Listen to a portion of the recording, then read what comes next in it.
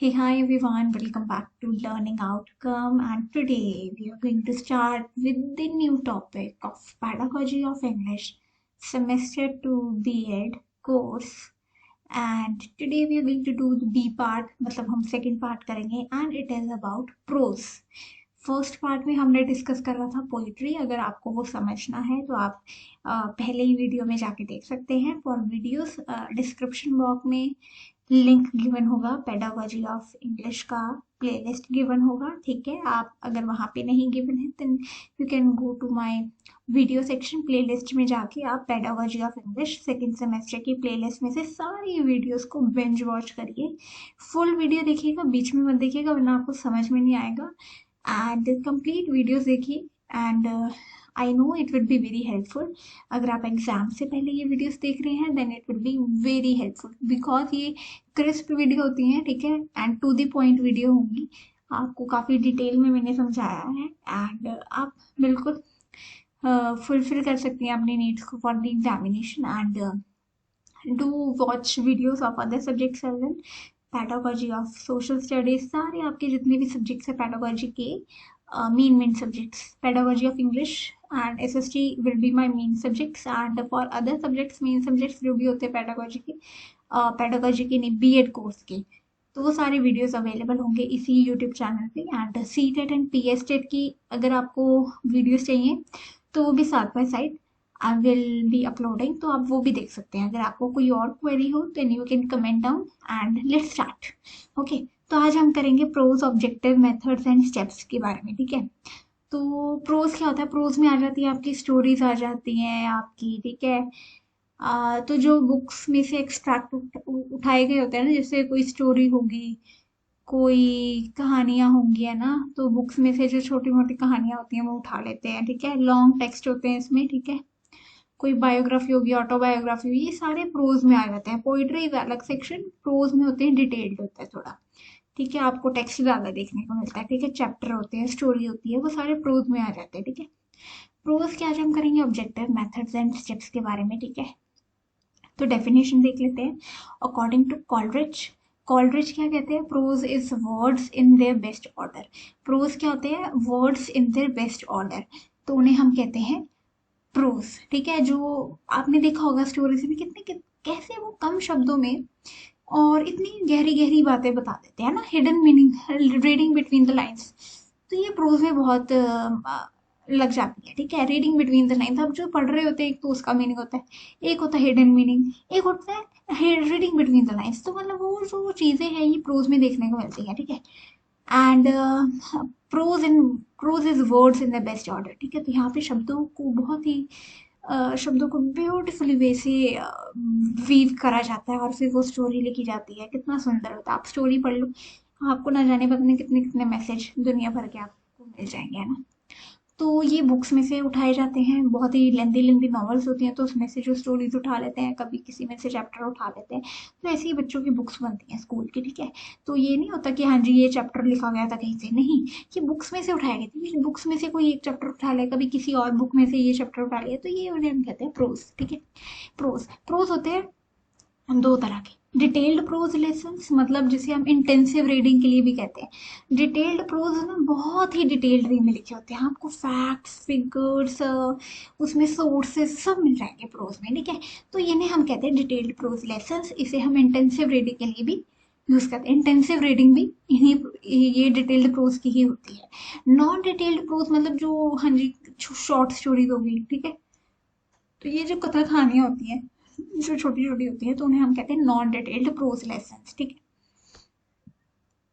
ठीक है। अब डिटेल्ड प्रोज लेसन्स की अगर हम बात करें तो ये होता है कि जब हमें बहुत ही लेंथी कोई प्रोज करवाना है। नॉन डिटेल्ड प्रोज लेसन्स में होता है जब हमें कोई छोटा लेसन करवाना है। ठीक है, तो उसमें वो नॉन डिटेल्ड आ जाएगा। करेक्टरिस्टिक्स की अब बात कर लेते हैं प्रोज की।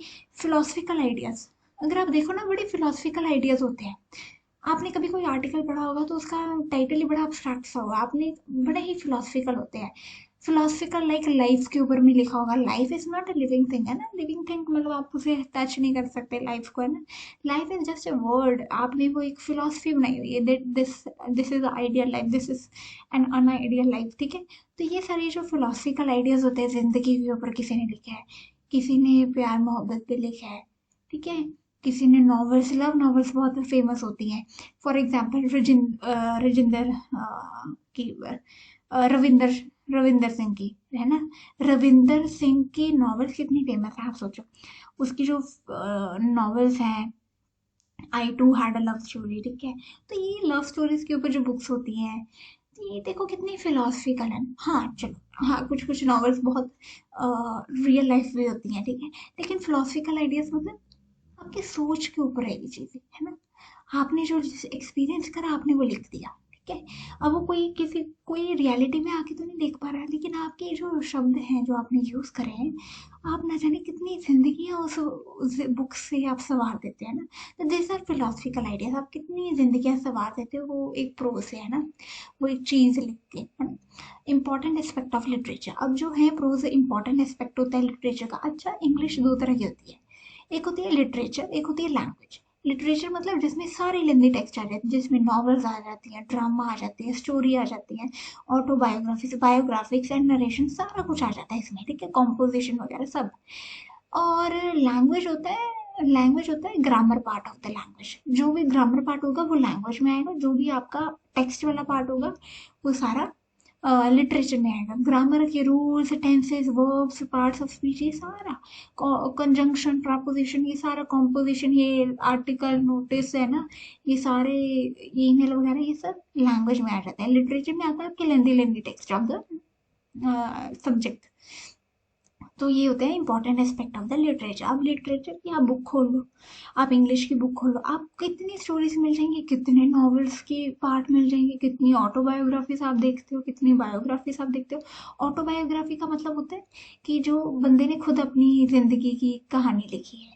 बायोग्राफी तो कोई भी लिख सकता है। For example APJ Abdul Kalam के ऊपर कितनी बायोग्राफीज है ना। तो वो किसी ने किसी के ऊपर कहा जीवनी होती है जो, वो किसी ने किसी के बारे में वो जीवनी लिखी है ना। तो अब एपीजे अब्दुल कलाम ने शायद अपनी लिखी हो, बट हाँ जी, उनके ऊपर बहुत से लोगों ने उनकी बायोग्राफी लिखी है, लेकिन उन्होंने खुद नहीं लिखी इतनी सारी। जो कोई और किसी की जीवन के ऊपर बुक लिखता है वो उसे कहते हैं बायोग्राफी। ऑटोबायोग्राफी होता है जब आप अपनी कहानी, अपने जीवन की बुक खुद लिखते हैं ना, अपने अपने जीवन के ऊपर बुक लिखते हैं, तो उसे हम कहते हैं autobiography. Preserver of human experiences, अब ये जो प्रोज होते हैं ये प्रिजर्वर है। प्रिजर्वर मतलब आपने एक बार वो बुक लिख दी। फॉर एग्जाम्पल रविंदर सिंह ने बुक लिखी I too had a love story, he dedicated that book to his dead ex girlfriend, है ना। तो मतलब ये जो उसने बुक लिखी थी वो उसकी girlfriend died in an road accident, है ना। तो उसने वो बुक लिख के अपनी जो बिलवड थी उसको जिंदगी में एक नई जिंदगी दी। वो चली गई इस दुनिया से, बट हाँ उसने अपनी बुक लिख के उसे एक नई जिंदगी दी, है ना। उसे एक नई जिंदगी, वो इस दुनिया से चलेगी, लेकिन वो बुक लिख के उससे उसने अपनी बिलवड को इस दुनिया में वापस ले आया, है ना। तो रविंदर सिंह की वो बुक जो I too had a love story was a preserver of human experience. उसने अपने experiences that he had with his beloved, तो उसने वो शेयर करे, दुनिया को बहुत पसंद आया। It is one of the best record breaker book that has been sold, millions of copies उसकी बिकी हैं। अभी भी वो बहुत फेमस है, अभी भी आप उसकी वीडियो देख लो, आप कितने लोग रिव्यूज देते हैं, अच्छे अच्छे लोग पढ़ के रोए हैं वो बुक। तो that is preserver of human experience. आप ये जो प्रोज लिखते हैं, आप ये जो बुक्स लिखते हैं, ये प्रिजर्व हो जाती है, ये ह्यूमन एक्सपीरियंसेस होते हैं। हर कोई आपकी वो बुक को रिलेट कर सकता है, ठीक है। पोइट्री तो जैसे हर कोई नहीं समझ सकता है, लेकिन ये बुक्स, ये जो बातें हैं, ये हर कोई समझ सकता है। तो आपके प्रिजर्वर ऑफ ह्यूमन एक्सपीरियंसेस ये होते हैं। Development of cognitive and affective of students, ठीक है। अब ये बच्चों का कॉग्निटिव और अफेक्टिव डेवलपमेंट करवाता है। कैसे? क्योंकि अगर बच्चे बुक्स पढ़ेंगे, अगर बच्चे पढ़ेंगे, ज़्यादा पढ़ेंगे, टेक्स्ट कहते हैं ना, पढ़ो पढ़ो, हाँ जी, न्यूज़पेपर पढ़ो, ये पढ़ो, ये जो कहानियाँ बच्चे पढ़ते हैं, ये जो बुक्स बच्चे पढ़ते हैं, इनसे उनका मेंटल लेवल स्ट्रांग होता है, वो मेंटली ग्रो करते हैं। क्यों? क्योंकि उन्हें नए आइडियाज मिल रहे हैं, उन्हें न्यू वोकेबलरी मिल रही है, वो कितना कुछ जिंदगी के बारे में सीखते हैं। कहते हैं जो बंदा बुक्स पढ़ता है ना, वो कितनी जिंदगियां जी लेता है, लेकिन जो बुक नहीं पढ़ता वो अपनी ही जिंदगी जी के जाता है, ठीक है। तो जो बच्चा बुक पढ़ता है वो ना जाने कितना अपने टाइम से आगे बच्चा सीख रहा है ना। जो बच्चा आज 10वीं क्लास में है लेकिन वो पढ़ नीट की बुक्स रहा है, वो पढ़ बच्चा जेई की बुक्स रहा है, ठीक है, तो मतलब वो अपने टाइम से एडवांस है, वो बच्चा अभी से तैयारी कर रहा है फ्यूचर के लिए। तो दैट इज कॉग्निटिव, उसका लेवल स्ट्रांग हो रहा है। अफेक्टिव, अफेक्टिव मतलब इमोशनल। अब बच्चे इमोशनल कैसे डेवलप होते हैं बुक से?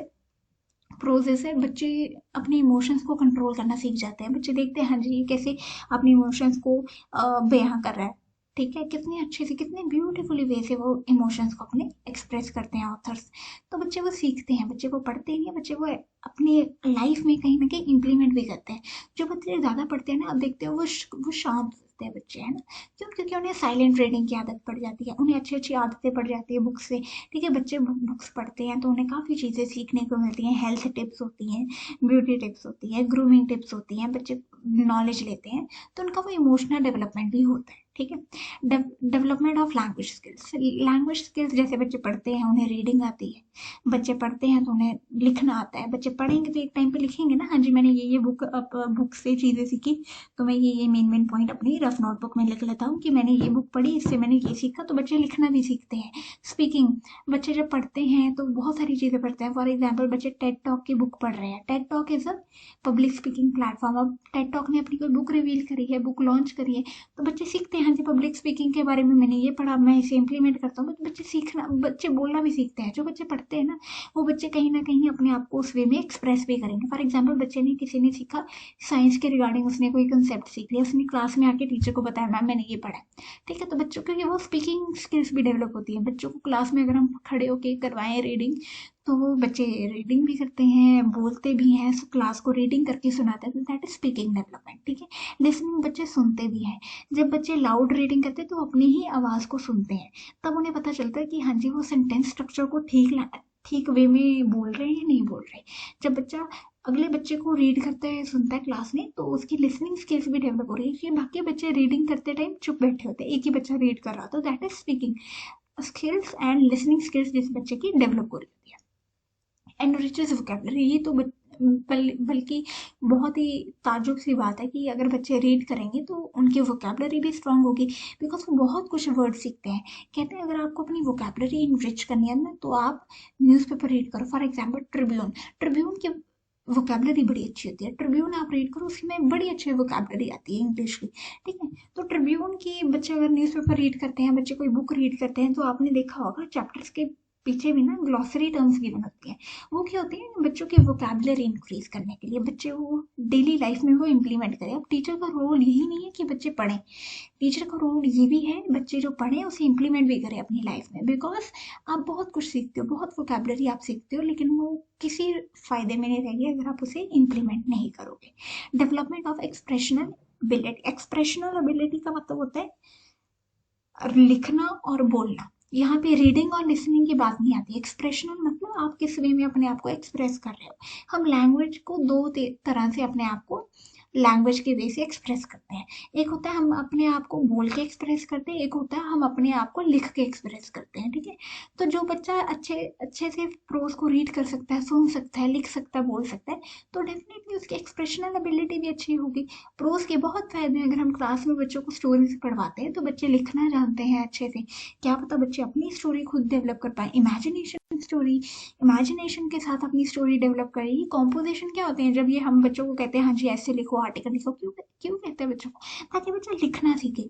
हम जब बच्चों को क्लास में डिबेट कॉम्पिटिशन करवाते हैं, एक्सटेम्पो करवाते हैं, जब हम डेक्लामेशन करवाते हैं, तो हम बच्चे की स्पीकिंग स्किल्स डेवलप करते हैं। तो ये दोनों चीज़ें एक्सप्रेशनल एबिलिटी है, ठीक है। इंक्लूड्स एसे, समरीज, अब्स्ट्रैक्ट्स एक्सेट्रा।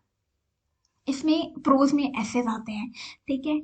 ऐसे तो चलो एक टॉपिक पे आ गया, आपने 300-400 वर्ड्स का ऐसे लिखने को बच्चे को कह दिया, ठीक है। समरीज मतलब जब आप नोट मेकिंग करवाते हैं तो एंड में होती है ना समरी लिखो, है ना, तो वो भी एक प्रोज ही होता है छोटा सा। और अब्स्ट्रैक्ट्स मतलब जब आप छोटे कोई फिलोसफिकल आइडिया पे बच्चों को कुछ लिखने के लिए दे देते हो, है ना, जब आप बच्चों को कहते हो हाँ जी बोल के सुनाओ, तो ये सारी चीज़ें आ जाती है करैक्टरिस्टिक्स में। ऑब्जेक्टिव क्या होता है प्रोज पढ़ाने का। प्रोज पढ़ाने का बहुत ही अच्छा ऑब्जेक्टिव होता है कि अंडरस्टैंड द पैसेज। पहली बात तो ये है कि अगर हम बच्चे को क्लास में स्टोरी करवाते हैं या बच्चे को हम कहते हैं कि चैप्टर पढ़ो, है ना, हमारा मोटिव यही होता है कि बच्चा पहले समझे वो चीज़ है किसके बारे में। फॉर एग्जाम्पल हम चैप्टर पढ़ा रहे हैं एपीजे अब्दुल कलाम जी के ऊपर, तो बच्चा जब पैसेज पढ़े, जब बच्चा पैराग्राफ पढ़े एक एक करके, तो उससे समझ में तो आए एक पैराग्राफ में क्या गिवन है, एक पैराग्राफ में उनकी इंट्रोडक्शन गिवन है, उनके लाइफ के बारे में बताया, उनकी स्कूलिंग के बारे में बताया, उनकी फैमिली के बारे में बताया, ठीक है। अगले पैराग्राफ में बताया उनकी एजुकेशनल क्वालिफिकेशन क्या थी, थर्ड पैराग्राफ में बताया उन्होंने क्या क्या कॉन्ट्रीब्यूशन करा है इंडिया कंट्री के लिए, है ना। तो ये बच्चा समझे कि अगर वो पढ़ रहा है तो उसे समझ में आए कि वो क्या पढ़ रहा है। सिर्फ रीडिंग नहीं करता रहे कि उसे समझ में नहीं आ रहा है मैं पढ़ क्या रहा हूँ, नहीं, ये बच्चा समझे क्या पढ़ रहा है वो, ठीक है। Enable to read in English, second objective हमारा ये होता है कि बच्चा इंग्लिश पढ़ना सीख जाए, इंग्लिश रीड करना सीख जाए, ठीक है। रीड करेगा फिर वो लिखेगा, ठीक है, फिर वो बच्चा बोलेगा, फिर वो बच्चा पहले तो लिसनिंग आती है, फिर रीडिंग आता है, बच्चा पहले सुनेगा, फिर रीड करेगा, फिर लिखेगा, फिर बोलेगा, है ना। तो बड़ी सारी चीज़ें आ जाती हैं। तो रीड इन इंग्लिश होना चाहिए कि बच्चा लैंग्वेज को पढ़ना जान सके, कि ये ना हो कि उसके सामने ये अक्षर क्या है ये मैं पढ़ ही नहीं पा रहा हूँ, बच्चा पढ़ सके वो अक्षर क्या है, वो लेटर्स क्या लिखे हैं, वो वर्ड्स क्या लिखे हैं, वो सेंटेंसेस क्या लिखे हैं। That child should be able to read and rich active and passive vocabulary. Active vocabulary वो होती है जो हम डेली लाइफ में यूज करते हैं vocabulary words. For example, come early tomorrow in the class, early word हम यूज करते हैं, ठीक है। रीच ऑन टाइम, ठीक है, ये वर्ड्स हम यूज करते हैं। Don't be late, be disciplined, eat your food after worshipping god, ठीक है, worshipping, reach on time, be discipline, maintain decorum, ठीक है, शांति बनाए रखें क्लास में, ठीक है, वियर योर यूनिफॉर्म प्रॉपरली, ठीक है, फोकस ऑन सेल्फ ग्रूमिंग, ठीक है। तो ये जो हमारी वोकैबुलरी वर्ड्स हैं ये डेली लाइफ के, हम ये डेली शब्द यूज करते हैं आते जाते, ठीक है, आते जाते बातें करते हुए किसी के साथ, ठीक है। तो ये होती है एक्टिव वोकैबुलरी। पैसिव वोकैबुलरी वो होती है जिसका मतलब हम जानते तो हैं शब्दों का लेकिन हम उसे डेली लाइफ में यूज नहीं करते। फॉर एग्जाम्पल, मेस्मराइजिंग, मेस्मराइजिंग हम ज़्यादा यूज़ नहीं करते डेली लाइफ में, हम तभी यूज़ करेंगे जब हमने कोई गाना सुन लिया, दैट हर वॉइस वॉज मैस्मराइजिंग, ठीक है। लेकिन ये पैसिव वोकैबुलरी हम डेली थोड़ी यूज़ करते हैं, हम डेली नहीं यूज़ करते लेकिन हमें इसका मतलब पता है। एस्टोनिशिंग, मतलब उसकी क्या वाकई उसकी कमाल की परफॉर्मेंस थी डांस वाली, एस्टोनिशिंग परफॉर्मेंस, एस्टोनिश, ठीक है। तो ये कमाल की, हैरान कर दिया उसने अपनी परफॉर्मेंस से, हमें मतलब तो पता है लेकिन हम यूज नहीं करते इन वर्ड्स का, ठीक है ज़्यादा। तो एक्टिव और पैसिव वोकैबुलरी का मतलब समझ में आया कि जो वर्ड्स हम डेली यूज करते हैं हमें उनका मतलब पता है तो हम उसे कहते हैं एक्टिव। पैसिव का मतलब वो होता है जो हमें मतलब पता है लेकिन हम डेली यूज नहीं करते, हम कहीं ना कहीं उसे अपनी डेली रूटीन का हिस्सा नहीं बनाते वो वर्ड्स को, उसे हम कहते हैं पैसिव वोकैबुलरी। अब हमारा मतलब ऑब्जेक्टिव ये है प्रोज का कि हम बच्चों की vocabulary both active and passive दोनों इनरिच करें। क्या पता कभी ऐसी कोई सिचुएशन आ जाए कि बच्चे को अपनी पैसिव वोकैबुलरी में से वर्ड्स इंक्लूड करने पड़े अपनी स्पीकिंग में, ठीक है। क्योंकि कई बार इंटरव्यूज होते हैं या कुछ भी होता है, स्टूडेंट काउंसिल या कुछ भी, बच्चे वो यूज़ करते हैं पैसिव वोकैबुलरी, शायद वो डेली लाइफ में हम ना यूज़ करें लेकिन इंटरव्यू के टाइम पे हमें यूज़ करनी पड़ जाए तो हमारे पास शब्दों का भंडार तो हो, ठीक है। तो इसलिए बच्चों की वोकैबुलरी इंक्रीज करना। एंजॉय रीडिंग एंड राइटिंग, तो बच्चे जो है ना प्रोज इसलिए पढ़ाना हमारा ऑब्जेक्टिव है कि बच्चे रीडिंग करें, राइटिंग करें, बड़ा इंजॉय होके, ठीक है। बच्चे बोझ ना समझे रीडिंग एंड राइटिंग को, बच्चे खुश रहें, इंजॉय करें अपना, ठीक है। गॉट गेट नॉलेज, ठीक है, गेट नॉलेज मतलब बच्चे अगर कुछ पढ़ रहे हैं, स्टोरी पढ़ रहे हैं, चैप्टर पढ़ रहे हैं तो उससे कुछ मैसेज लें, उससे कुछ सीखें, ठीक है। अब जैसे एपीजे अब्दुल कलाम की लाइफ के बारे में बच्चे को पढ़ा रहे हैं चैप्टर, तो बच्चा सीखे हाँ जी देयर वाज अ साइंटिस्ट, ठीक है, there was a he was a past president थे हमारे, ठीक है।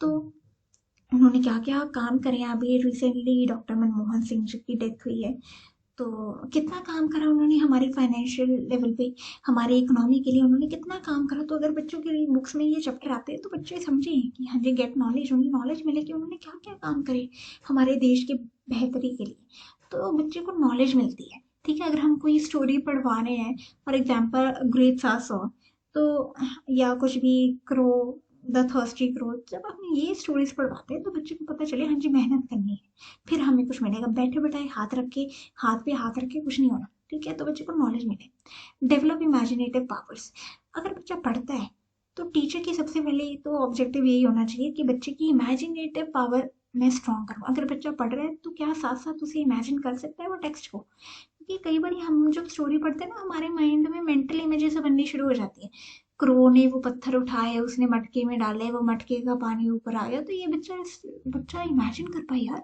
कि ऐसे क्रो ने पत्थर डाले थे, वो पानी ऊपर है, फिर उसने पानी पे, कितने इंटेलिजेंट क्रो होगा वो। तो बच्चे की इमेजिनेटिव पावर स्ट्रांग होनी चाहिए कि कल को अगर उसे खुद भी कुछ लिखना पड़े तो वो लिख सकता है, खुद भी कुछ बोलना पड़े तो वो बोल सकता है। Prepare students for word citizenship. Word citizenship का मतलब यहाँ पे ये है कि वो ग्रुप का वो पार्ट बने जहाँ पे लोग शब्दों का इस्तेमाल करते हैं। ये नहीं कि वो बैठा है चुपचाप बच्चा कि कल को शब्दों का इस्तेमाल हो रहा है किसी ग्रुप में तो वो बोल ही ना पा रहे। ग्रुप डिस्कशन क्लास में टॉपिक शुरू करवाया है, ग्रुप डिस्कशन के वे से हम क्लोज करवा रहे हैं या कुछ भी करवा रहे हैं, हम बच्चे को पढ़ा रहे हैं, तो बच्चा अकेला वो चुप बैठा है, बाकी बच्चे बोल रहे हैं। क्यों? क्योंकि उसके पास शब्द ही नहीं है, उसके पास नॉलेज ही नहीं है, उसके पास इमेजिनेटिव पावर ही नहीं है, उसके पास डिबेटिंग स्किल्स नहीं है, वो बच्चा बोल ही नहीं सकता। ऐसा नहीं होना चाहिए, बच्चे के पास सारे स्किल्स आने चाहिए ताकि वो वर्ड सिटीजनशिप ले पाए, मतलब वो ग्रुप का पार्ट बन पाए जहाँ पे लोग इंटेलेक्चुअल बातें होते हैं। ये नहीं बच्चे गॉसिप करते हैं, नहीं, अपने बच्चों को हमेशा सिखाओ इंटेलेक्चुअल बात करो। बच्चे हमेशा जब भी बोलो तो आपके मुंह से हमेशा बच्चों को या सामने वाले को कुछ ना कुछ अच्छा सुनने को मिले। तो ये होती है वर्ड सिटीजनशिप, ठीक है। तो different kinds of subject matter होते हैं प्रोज के। ऐसे में तो आपको पता ही है कि हाँ जी एक टॉपिक गिवन है या एक टॉपिक मिला, उसके ऊपर हमने पढ़ना है या लिखना है कुछ, ठीक है। ऐसे तो वही होते हैं जब टॉपिक आता है आप कुछ लिखते हो, लेकिन आप ऐसे रीड भी करते हो ताकि बच्चा सीखे कि ऐसे लिखते कैसे। तो बच्चा पहले तो रीड करेगा, कंटेंट होना चाहिए तभी वो तो ऐसे लिखेगा। अगर राइट इंपॉर्टेंस ऑफ बुक्स के ऊपर ऐसे लिखना है उसने, तो ऐसे तो वो तभी लिखेगा जब उसने इंपॉर्टेंस ऑफ बुक्स के बारे में कहीं ना कहीं सुना हो, पढ़ा हो, या उसने खुद बुक्स रीड करी हो, जब बच्चा खुद लिखना जानता हो, ठीक है। तो इसलिए कहते हैं जब अपनी अपनी राइटिंग स्किल्स डेवलप करनी है ना तो सबसे पहले रीड करो, बहुत सारे रीड करो। और रीडिंग में प्रोज कितने सारे आ जाते हैं, ऐसे आ जाती हैं।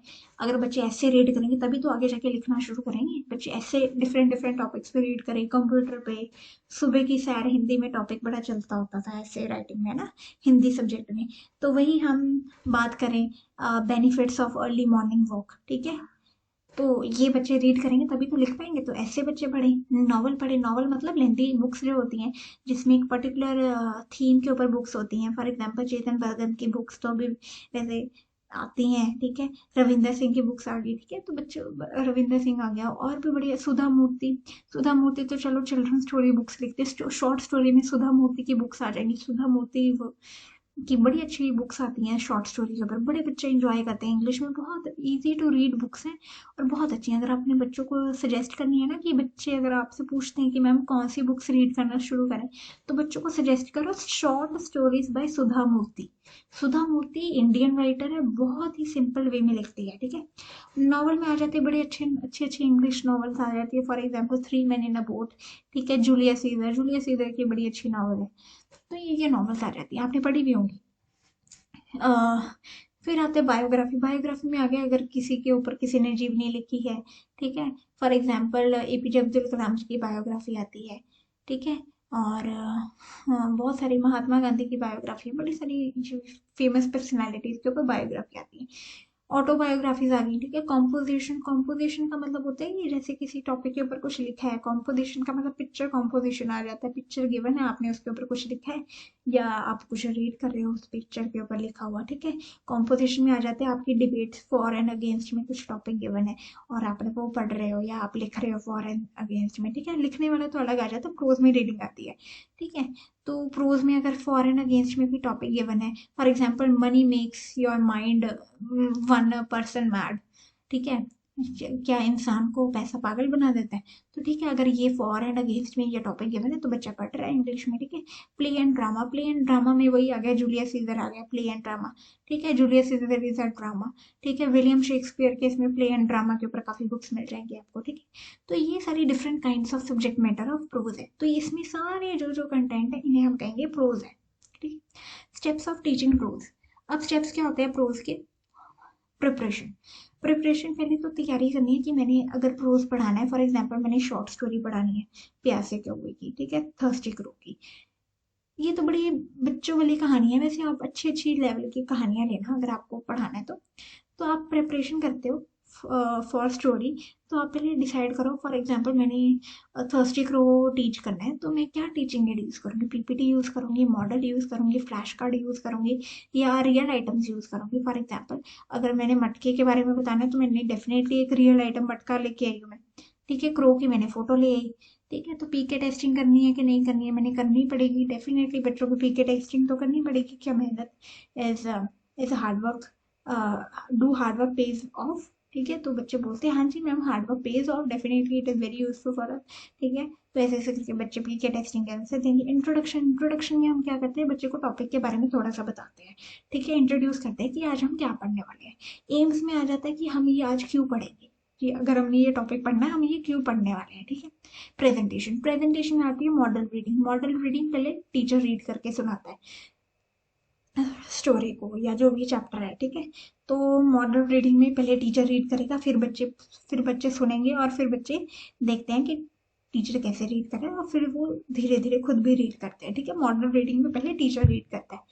प्रोनाउंसिएशन ड्रिल, फिर जब टीचर रीड करता है साथ साथ में बच्चों की प्रोनाउंसिएशन ड्रिल भी करवाता है। प्रोनाउंसिएशन मतलब हाँ जी, if this word is astonishment तो बच्चे yes how you have to pronounce this word, astonishment. तो बच्चों की प्रोनाउंसिएशन करना, कैसे वो वर्ड को प्रोनाउंस करना है, कैसे वो बच्चे को वो वर्ड बोलना है, क्योंकि बच्चों को कई बार वर्ड बोलना भी नहीं आता, शायद बच्चों को प्रोनाउंसिएशन बोलना होगा तो गलत है ना, प्रोनाउंसिएशन। बच्चों की एग्जैक्ट साउंड आनी चाहिए वर्ड की, तो वो टीचर ने ड्रिल करवानी थी, वो टीचर प्रैक्टिस करवाता है। लाउड एंड इमिटेशन रीडिंग मतलब अब हम करवाते हैं बच्चों की लाउड रीडिंग, ताकि बच्चे जो भी रीड कर रहे हैं वो ऊंचा बोले। शुरू शुरू में तो बच्चों को लाउड रीडिंग करवाते ताकि जो बच्चे पढ़ रहे हैं वो सुने और उन्हें अपनी गलती खुद पता चले कि वो क्या कर रहे हैं। कई बार हम रीड करते हैं ना तो हमें अपनी गलती खुद सुन के ही पता चल जाती है कि मैंने ये गलती करी है, ठीक है। तो लाउड और इमिटेशन रीडिंग, कि जैसे टीचर रीड कर रहे हैं ऊंचा और टीचर को फॉलो करते हुए रीड करो। फॉर एग्जाम्पल इफ आई से टीचिंग एड्स, पीके टेस्टिंग, इंट्रोडक्शन, एम, तो ये स्टूडेंट स्टार्ट रीडिंग, तो बच्चा कहता है टीचिंग एड्स, पीके टेस्टिंग, इंट्रोडक्शन, एम, तो मतलब बच्चा टीचर को इमिटेट कॉपी कर रहा है, ठीक है। एक्सप्लेनेशन में हम क्या करते हैं, जो हमने पढ़ा है उसका मतलब बताते हैं बच्चे को, ठीक है, कि इसका क्या मतलब है, कि जो हमने पढ़ा है उसका मतलब क्या है, ठीक है। साइलेंट रीडिंग में हम बच्चों को कहते हैं कि हाँ जी अब आपकी आवाज नहीं आनी चाहिए, अब चुपचाप पढ़ो आप, ठीक है। कॉम्प्रीहेंशन क्वेश्चन का मतलब होता है कि जो हमने पढ़ा है उसी में से क्वेश्चन पूछना। फॉर एग्जाम्पल मैंने आपको टीचिंग एड के बारे में समझाया या मॉडल रीडिंग के बारे में समझाया, या मैंने आपको इन दी होल प्रेजेंटेशन टॉपिक के बारे में समझाया कि क्या क्या करना है। तो अब मैं यही आपसे क्वेश्चन पूछूंगी अगर आप बच्चे हो तो, ये students what do you mean by imitation reading, तो बच्चे कहते हैं ma'am imitation reading means student reads by copying the voice of the teacher, की वो कैसे रीड करे मैं भी वैसे ही रीड करूँ, तो दैट इज इमिटेशन रीडिंग। तो बच्चे में से क्वेश्चन पूछ लेना, वही चैप्टर में से वही पैसेज में से बच्चों को क्वेश्चन पूछ लिए, तो दैट इज कॉम्प्रीहेंशन क्वेश्चन, मतलब जो आपने पढ़ा उसी में से क्वेश्चन पूछना। रिकैप्चुलेशन मतलब जो आपने जितना भी पढ़ा है शुरू से लेके स्टार्टिंग तक। फॉर एग्जाम्पल आपने प्रोज के एक क्लास में पेजेस पढ़े 1 to 3, 3 पेजेस आपने पढ़ लिया, अब 3 पेजेस की समराइजेशन 2 मिनट में करवाना, उसे हम कहते हैं रिकैप्चुलेशन। ब्लैक बोर्ड अच्छा, रिकैप्चुलेशन की भी काफ़ी टेक्निक होती है, आप किसी भी वे में रिकैप्चुलेट कर सकते हो, क्वेश्चन आंसर वे में, एमसीक्यू, क्विज, पजल, देखो कुछ भी।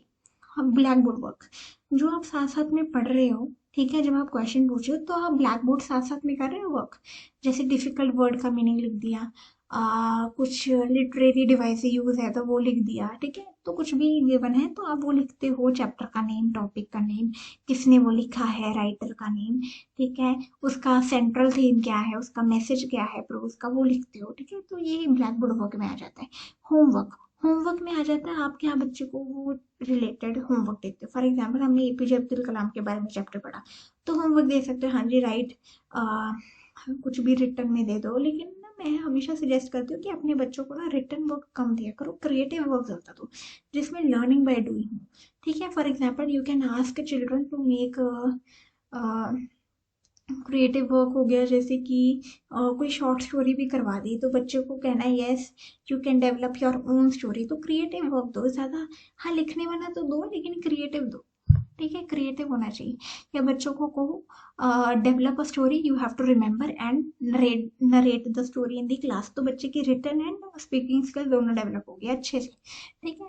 लेकिन don't be harsh with the children, ठीक है, अच्छे से उन्हें पढ़ाना। फिर हमारा कंक्लूजन यही है प्रोज का कि prose is a way to develop silent fast reading in the children. तो हमारा मेन ऑब्जेक्टिव प्रोज का यही है कि बच्चे में रीडिंग हैबिट डेवलप करना, रीडिंग आनी चाहिए बच्चों को, क्योंकि प्रोज का मतलब होता है कि हम बच्चे को पढ़ा रहे हैं रीडिंग कैसे करनी है, ठीक है। रीडिंग आनी चाहिए, साइलेंट रीडिंग कर सके, क्योंकि एक टाइम पे तो हम शुरू शुरू में बच्चे को उंगली रख के रीड करवाते हैं प्राइमरी में, ठीक है। बड़े होके जब हम बच्चे को पढ़ाते हैं ना, तो फॉर एग्जाम्पल हम बीएड करके आए हैं तो हम 8वीं से 10वीं क्लास तक पढ़ाते हैं, ठीक है। तो हमारा मतलब यही होना चाहिए कि 8वीं से 10वीं या, ठीक है, तो हमारा मतलब यही होना चाहिए 6वीं से 10वीं तक, ठीक है, कि बच्चे ना उंगली रख के ना पढ़े। अब बच्चा ना बिना उंगली रखे, बिना उंगली सेंटेंस के साथ साथ चलाए, अब वो रीड करना सीखे, ठीक है। साइलेंट रीडिंग करे, क्योंकि कई बच्चे उंगली रख रख के रीड करते हैं अभी भी। कई बार बच्चे बहुत ऊंचा ऊंचा लाउड वॉइस करके रीड करते हैं लाइब्रेरी में भी, तो दैट इज नॉट एंटरटेन, ठीक है। क्यों? क्योंकि बच्चे अब बड़े हो चुके हैं, अब उन्हें खुद रीडिंग करनी आनी चाहिए, ठीक है। उन्हें किसी पे डिपेंडेंट ना हो कभी रीडिंग करने की, कि हाँ जी रीड करके बताओ ये लेटर में क्या लिखा है, मुझे तो कुछ समझ में नहीं आ रहा है, ये बुक में क्या लिखा है, मुझे तो कुछ समझ में नहीं आ रहा। तो ये नहीं होना चाहिए, बच्चे को खुद आना चाहिए। और हमारा मेन मोटिव प्रोज का ये होता है कि बच्चे में रीडिंग हैबिट डेवलप करना। और ये सब तभी पॉसिबल है जब टीचर बहुत अच्छा होगा। तो टीचर की क्वालिटीज बहुत मैटर करती हैं, क्योंकि बच्चे टीचर को फॉलो करते हैं। जब आपकी 3rd सेमेस्टर में इंटर्नशिप लगेगी, तब आप देखना कितना कनेक्शन बनता है आपका बच्चों के साथ, ठीक है। तो 3rd सेमेस्टर में भी हम मिलेंगे साथ में। And if you like this video then do it like, comment, subscribe, and कोई भी टॉपिक सजेशन हो, give, put it down in the comment section. कोई भी लेसन प्लान की वीडियोस हो तो आप फॉलो करते रहिए। साथ साथ में 3rd सेमेस्टर में भी मिलेंगे, 4th में भी मिलेंगे, ठीक है। सी टेट, PS टेट में भी मिलेंगे हम साथ में, ठीक है। तो I have already cleared and qualified C TET, तो आप सी टेट की गाइडेंस भी ले सकते हो, PS टेट का भी, ठीक है। PS टेट का भी आप ले सकते हो गाइडेंस, ठीक है। तो keep following and we will meet again. If you like this video, hit like, comment, subscribe again, ठीक है। ईमेल गिवन है, ईमेल में सजेशन दे सकते हो अपनी वीडियोस के, ठीक है। इंस्टाग्राम पर फॉलो कर सकते हो, इंस्टाग्राम की आईडी मैंने डाल दी है अपनी, ठीक है। एंड या treat me as your elder sister, तो कभी भी कुछ भी पूछ सकते हो क्वेश्चन, ठीक है। Till then take care, all the best for exams, and see you soon. Till then, take care, bye bye, see you soon.